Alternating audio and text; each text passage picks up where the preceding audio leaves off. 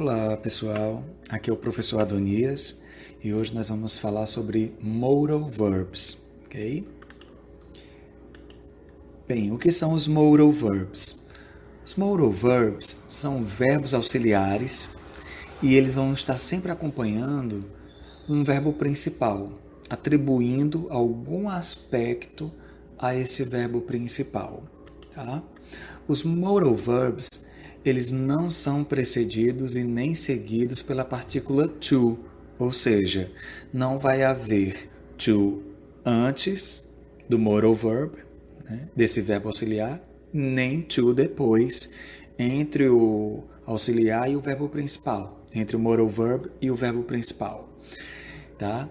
Então, há apenas uma exceção de um modal verb, que é o ought to, tá? Que nós vamos ver mais adiante o que significa, ok?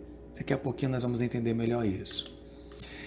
Nas formas interrogativas e negativas, não são auxiliados por do, does e did. Então, nós já vimos em aulas anteriores, né, que nós usamos o do, does, did, né, para formar as sentenças na interrogativa ou na negativa, no presente ou no passado. E esses modal verbs, né, que nós vamos aprender hoje, eles não se utilizam nem do, nem do does, nem do did na hora de fazer negativa e interrogativa, ok? E outra peculiaridade, outra informação importante sobre os modal verbs é que nas terceiras pessoas do singular, he, she ou it, né, ele, ela, ou it, que é ele e ela para animais e objetos, né, no simple present, né, que é o presente no inglês, não recebem S. A gente já viu em aulas anteriores que no simple present, na terceira pessoa do singular, os verbos levam S no final, mas os modal verbs não seguem essa regra, ok? E outra característica importante é que eles não são usados nos continuous tenses, que é o present continuous, past continuous, né, que nós também já vimos em aulas anteriores, ok? Bem, o primeiro modal verb que nós vamos ver é o can. O can significa poder, conseguir, saber, tá? E ele sempre é utilizado com o significado de uma capacidade física, uma habilidade, uma possibilidade. E numa situação informal, ou seja, numa fala do dia a dia, né, no coloquial, pode ter o sentido de permissão. Vamos ver aqui alguns exemplos. Quando eu digo we can swim well, nós podemos nadar bem, nós conseguimos nadar bem, nós sabemos nadar bem. Observe que we, nós, can, tem essa ideia de poder, de conseguir, de saber, de ter uma habilidade física. E swim well significa nadar bem. Então, we can swim well. Nós conseguimos nadar bem, nós podemos nadar bem, nós temos a habilidade de nadar bem. Então, can é aí um modal verb, porque ele é um verbo auxiliar, ele está aí apenas para dar um aspecto, uma característica ao verbo principal, que é swim, nadar, ok? Vamos ver a segunda frase. She can speak English. Tá? Falando devagarinho para você perceber. She can speak English. Ok? Então, quando eu digo she can speak English, observe que já tem um verbo principal aí, que é o verbo speak, que significa falar. Né? Mas quando a gente diz she can speak English, nós estamos dizendo que ela consegue, ela sabe, ela pode falar inglês. Então, o can está aí para mostrar uma habilidade, uma capacidade. Ok? Terceira frase que temos como exemplo aí. It can be dangerous. It can be dangerous. It can be dangerous. Esse can está aí dando uma ideia de possibilidade. Pode ser perigoso. Então, be significa ser, dangerous, perigoso. It can be dangerous. Pode ser perigoso, é uma possibilidade. E na quarta frase nós temos aí, can I help you? Posso ajudá-lo? Eu posso ajudar você? Né? Então, é uma pergunta com a ideia de pedindo permissão, né? A ideia de pedir permissão. Então, a gente usa o can nesse contexto, né, pedindo permissão, numa situação informal, ok? O can no passado é o could, ok? Então, o could, ele é o passado do can. Então, quando eu quero dizer uma habilidade ou uma capacidade no passado, então nós usamos o could. He could drive. Ele podia dirigir ou ele pôde dirigir at night, à noite, sometime ago, há algum tempo atrás. He could drive at night sometime ago. Então, uma habilidade ou uma capacidade no passado, em vez de can, porque o can é sempre usado no presente, usamos o could no passado, ok? Bem, outro moral verb que vamos aprender é o may. May também tem a ideia de poder, mas ele é usado apenas em duas situações, com dois sentidos. O sentido de possibilidade, então quando você está analisando possibilidades, e quando você está falando sobre permissão, agora sim, num contexto formal, ok? Vamos aos exemplos. Você está em uma situação formal, você não tem intimidade com as pessoas com quem você vai falar, né? E você quer dizer, por exemplo, posso entrar? Aí você vai perguntar, may I come in? May I come in? Então você usa o may e não o can. Porque o can você usa lá na situação informal, entre pessoas próximas, amigos, familiares. O may você vai usar pedindo permissão, né, no momento formal, ok? Então, may I come in? Eu posso entrar? Né? E quando se fala de possibilidade, você pode usar o may. Né? The weather significa tempo, clima. Tá? Então, the weather may change. O tempo pode mudar, o clima pode mudar. Estou falando aí de possibilidade. Tá? Então, o may está aí apenas para dar um aspecto ao verbo principal. Então, na primeira frase, na pergunta, o verbo principal é come in, que significa entrar. E na segunda frase, o verbo principal é change, que significa mudar. Tá? Bem, se eu quiser falar sobre alguma possibilidade no passado, ou uma permissão no passado, aí eu vou usar o verbo, o modal verb, might. Might. Tá? Então, vamos ver essa frase. He asked tá no passado o verbo aí, tá? He asked me, ele me perguntou. He asked me if he might come in, se ele podia entrar. Tá? Então, o might é o passado de may, ok? Também tem um sentido de possibilidade e de permissão no momento formal, tá? Outro modal verb é o must. Must tem um sentido de ter, precisar, dever, tá? Então, quando você quer falar de uma obrigação, de uma necessidade, tá? Ou de uma dedução também, você vai usar o must. Vamos aos exemplos. You must, você deve, eat to live, comer para viver. Ou você deve, você precisa, você tem que, né? Então, you must eat, você tem que comer, né? Ou você precisa comer to live. Então, must, ele dá essa ideia de necessidade, de obrigação, né? Ou também uma dedução. Olha essa segunda frase. She must be happy.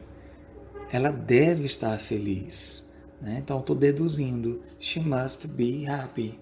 Ela deve estar feliz. Okay? Então, must tem sempre esse sentido. Tá? Quando eu quero falar desse mesmo sentido do must, mas no passado, como não há uma forma de passado do must, nós usamos o passado do verbo to have, que o verbo to have significa ter. né? Então, eu quero falar de necessidade ou obrigação no passado, então eu vou usar o passado de to have. Had to. Tinha que, né? Eu teve que, ok? Então, veja esse exemplo. He had, ele teve, to pay taxes, que pagar taxas, né? Então, estou falando de uma situação no passado, uma obrigação no passado, uma necessidade no passado.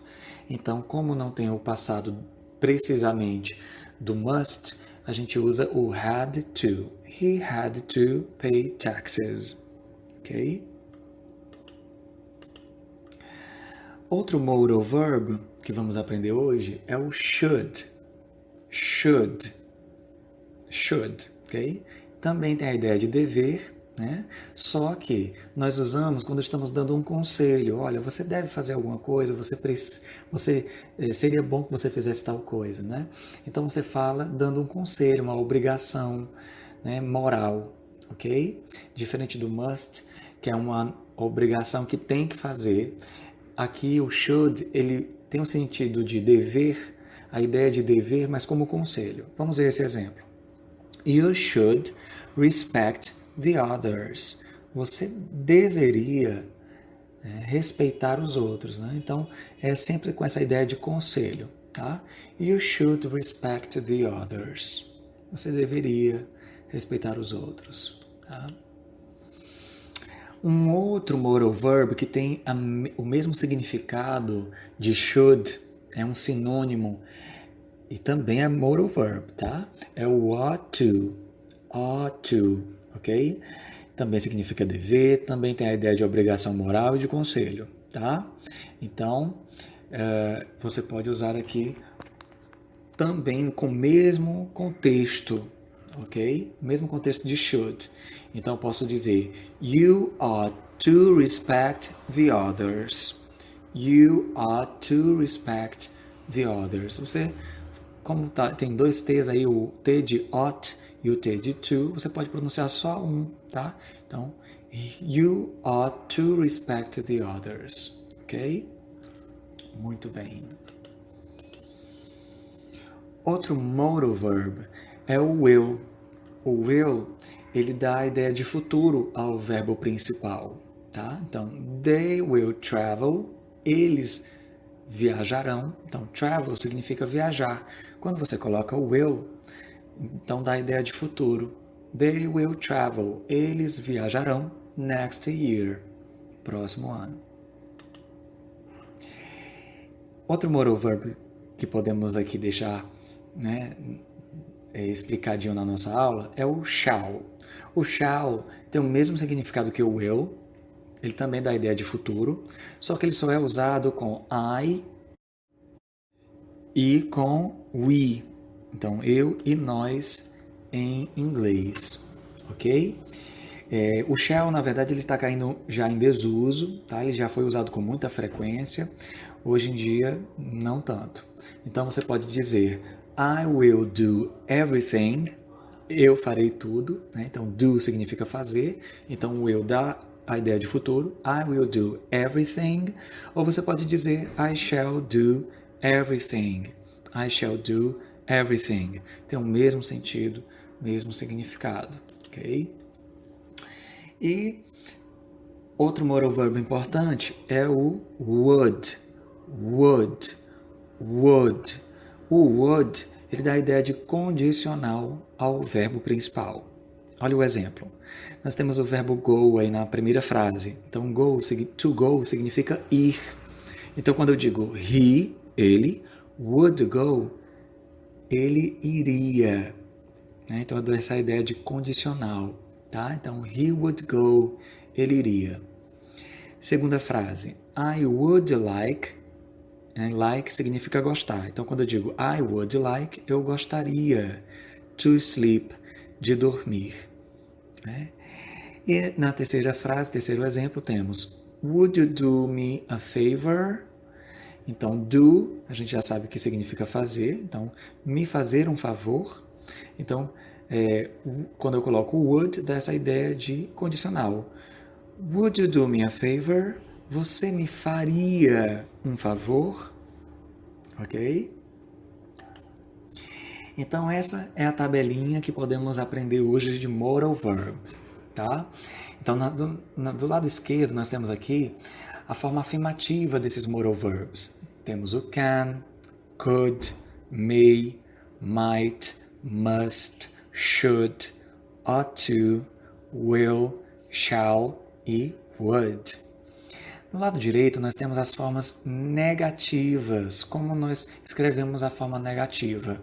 Lembrando que esses modal verbs não utilizam o do, does ou did para construir interrogativa nem negativa, né? Então, nós usamos aqui, cada um tem a sua forma negativa. Então, para o can, você pode dizer cannot ou can't. Para o could, você pode dizer could not ou a forma contraída, couldn't. Para o may, em negativo, nós temos o equivalente may not ou mayn't. Para o might, temos o mightn't. Para o must, podemos dizer must not ou mustn't. Ok? Para o should, temos o should not ou shouldn't. Para o ought to, nós temos o ought not to ou oughtn't to. Ok? Oughtn't to. Para o will, temos o will not ou won't. Para o shall, temos o shall not ou shan't.